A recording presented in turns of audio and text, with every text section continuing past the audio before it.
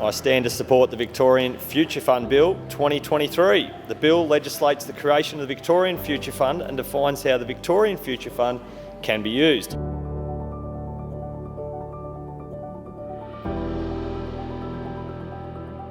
Victoria understands the benefits of the Future Fund as well, taking a large sum of money that has come the state's way and put it aside so that it sets the state up for the future and ensuring that those funds don't get swept into the general running of the state and spent in a short period. The funds are invested and the investment grows because the fund receives returns that are higher than the interest rate we borrow at. Doing it this way will improve our overall financial position more than simply paying down debt straight away.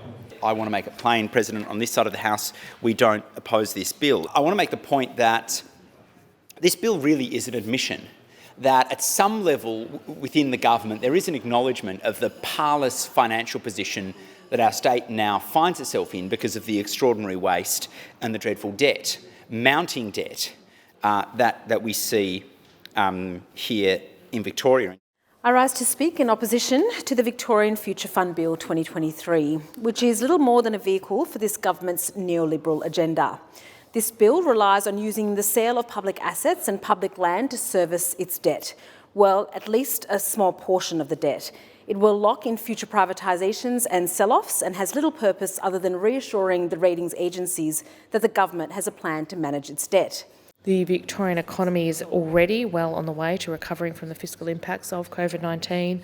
In fact, our economic activity is currently above the pre-pandemic levels, with the labour market even stronger than it was before 2020. It's something worth celebrating. Both New South Wales and Queensland have introduced legislation to establish their respective funds. This brings us into line with them.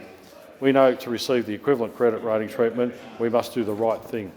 In New South Wales, their Generations Fund, set up in 2018 with $10 billion of capital and to be used to help to repay state debt, was found to be investing in so-called emerging markets, resulting in hundreds of millions of taxpayer dollars being invested in tax havens and authoritarian countries.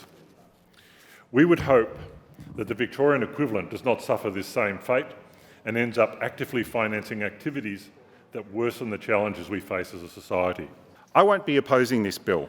Reducing the size of government by releasing assets held by the government is something that I support. So is paying off debt, even if the accumulation of it was not totally justified. The purpose of the bill is to manage the fiscal impact of the COVID-19 pandemic and deliver positive outcomes for Victorians by reducing the debt burden on future generations. And the strategy is two-pronged: improving the state's financial position and preparing the state's finances for future financial shocks. It is a smart way to ensure economic stability and structured long-term planning, with the primary purpose of the bill confirming the money allocated to the fund may only be used to pay down debt.